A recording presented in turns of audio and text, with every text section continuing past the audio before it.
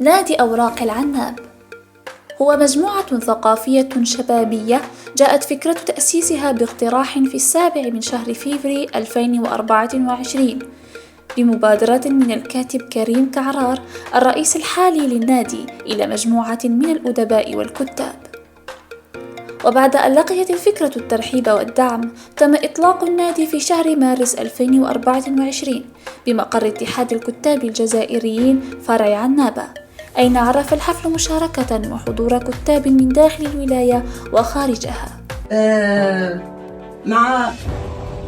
قبل أن أقول إطلاق نادي وسأعرف به وسيعرفه رئيسه بعد قليل، أريد وأنا أحس بارتباك شديد، لست أدري لماذا.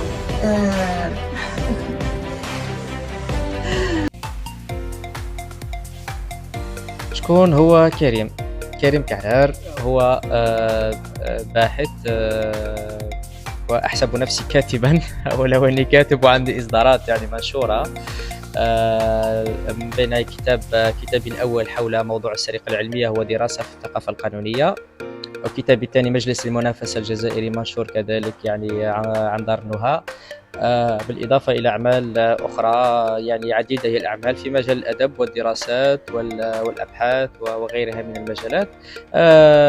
كذلك أنا موسيقي، درست بالمعهد الجهوي للتكوين الموسيقي عنابة، أستاذ متخرج من المعهد، ودرست بنفس المؤسسة يعني أستاذ بنفس المؤسسة ل2 كنت سابقا مؤسس الأوركسترا الفيلهارموني لعنابة. ويعني عموما أنا أعيش للثقافة لأني يعني آمن بمقولة جميلة: الكل للثقافة والثقافة للجميع. فسخرت لنفسي لأكون يعني في هذا النضال الثقافي من أجل إحداث فارق في حياة الجمهور محليا سواء في عنابة أو في غير عنابة.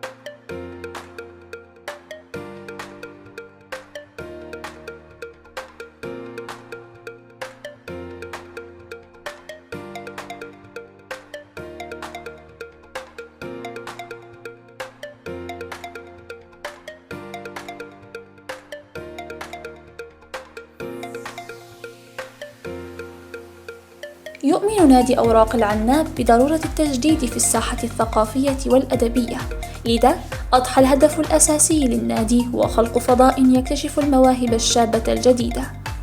ولما كانت الضرورة الملحة أن تكون عملية اكتشاف هذه المواهب عملية مستدامة ومنظمة، وضع النادي هدف تكوين المواهب في مرمى أهدافه، إضافة إلى إطلاق هذه المواهب في الساحة الثقافية من خلال مرافقتها ومساندتها.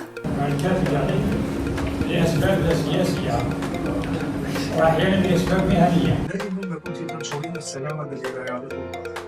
لا أريد أن تكون نهاية القصة التي بعد الأخير.